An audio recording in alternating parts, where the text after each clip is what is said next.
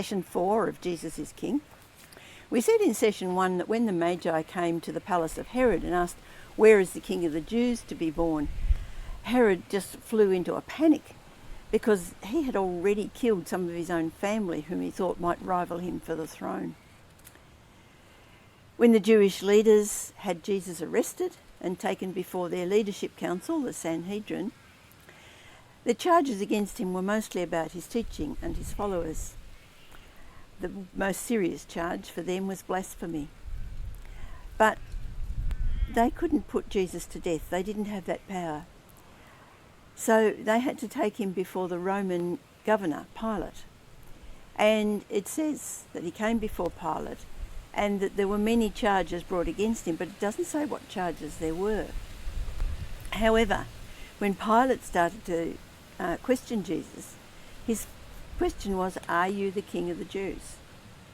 Now, where did that come from, unless the Jewish leaders made that one of the charges, that he said he was a king? There's a very good reason for them to make that charge, because that's rebellion, and that was punishable by death. Jewish leaders suddenly seem to have become very loyal to Rome, and they're saying, "But we have no king but Caesar." Their motives were completely underhand, and yet, in fact, what they were saying was the truth. Without realising it, they were saying that Jesus was king, and he was and is the king. The whole issue of Jesus' trial hung on this. Was Jesus a king or not? He said to Pilate, "My kingdom's not of this world. If it were so, my followers would have fought for me. So there's not going to be any rebellion." But he said this, "In fact, the reason that I was born and came into this world is to testify to the truth. Everyone on the side of truth listens to me." And Pilate's answer was, "What is truth?" Now, we don't know whether he was saying that in a sort of dismissive way or what, but whatever, he said it. And it is a most relevant question. What is truth?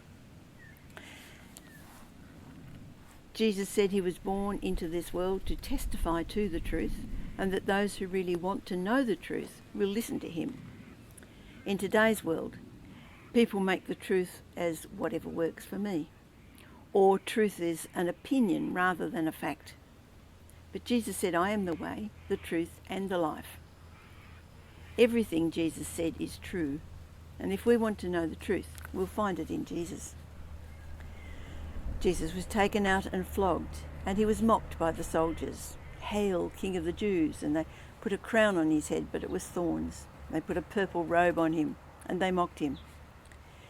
And then Pilate put a notice above the cross, "Jesus of Nazareth, King of the Jews." The Jewish leaders didn't like that. They wanted to... He claimed to be King of the Jews, but Pilate wouldn't alter what he'd written. The truth is that that was the message that was put there, because it is God's truth. This was the King. People mocked him, but as he died, a centurion said, "Surely this was the Son of God." He had seen the awesome truth while others mocked. He came to see the truth. I had the privilege, a long time ago now, of singing in a choir that used to do Bach works, and every second year we'd do the St. Matthew Passion. Now, Bach has an amazing ability to convey feeling through his music. And there was one short phrase in that Passion that I wanted to sing but never could because I always choked up. And the words were, "Surely this is the Son of God." And the beauty of the little phrase of music just expressed so well the amazing statement that is.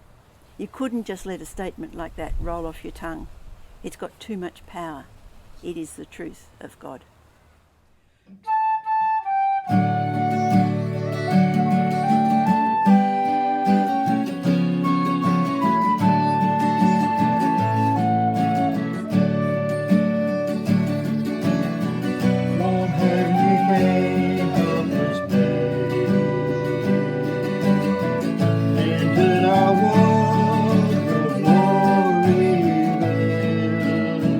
Not to be served